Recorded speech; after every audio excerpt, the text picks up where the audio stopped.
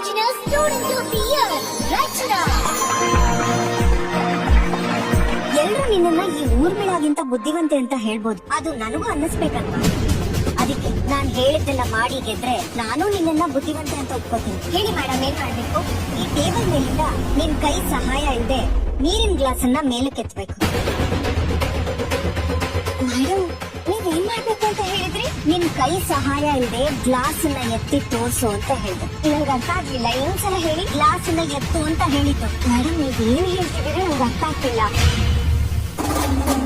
ಹೀಗೆ ನಿನ್ ಕೈಯಿಂದ ಟಚ್ ಮಾಡದೆ ಗ್ಲಾಸ್ ನ ಎತ್ತು ಅಂತ ಹೇಳಿದ್ದು. ಎತ್ತಾಯ್ತಲ್ಲ ಮೇಡಮ್?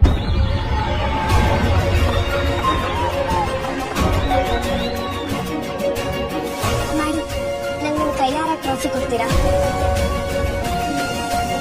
ದೇವ್ರ ಹತ್ರ ಪ್ರಾರ್ಥನೆ ಮಾಡ್ಕೊ, ಇನ್ಯಾವತ್ತು ಲೈಫ್ ಅಲ್ಲಿ ನೀನ್ ನನ್ನನ್ನ ಭೇಟಿ ಮಾಡಬಾರ್ದು ಅಂತ. ಆ ದೇವ್ರ ಮನಸ್ಸು ಮಾಡಿದ್ರೆ ಇಲ್ಲಿ ಏನ್ ಬೇಕಾದ್ರೂ ಆಗುತ್ತೆ. ಬರ್ತಿದೆ ಹೊಸ ಕಥೆ, ನೀವಿರಲು ಜೊತೆಯಲ್ಲಿ ಶೀಘ್ರದಲ್ಲಿ.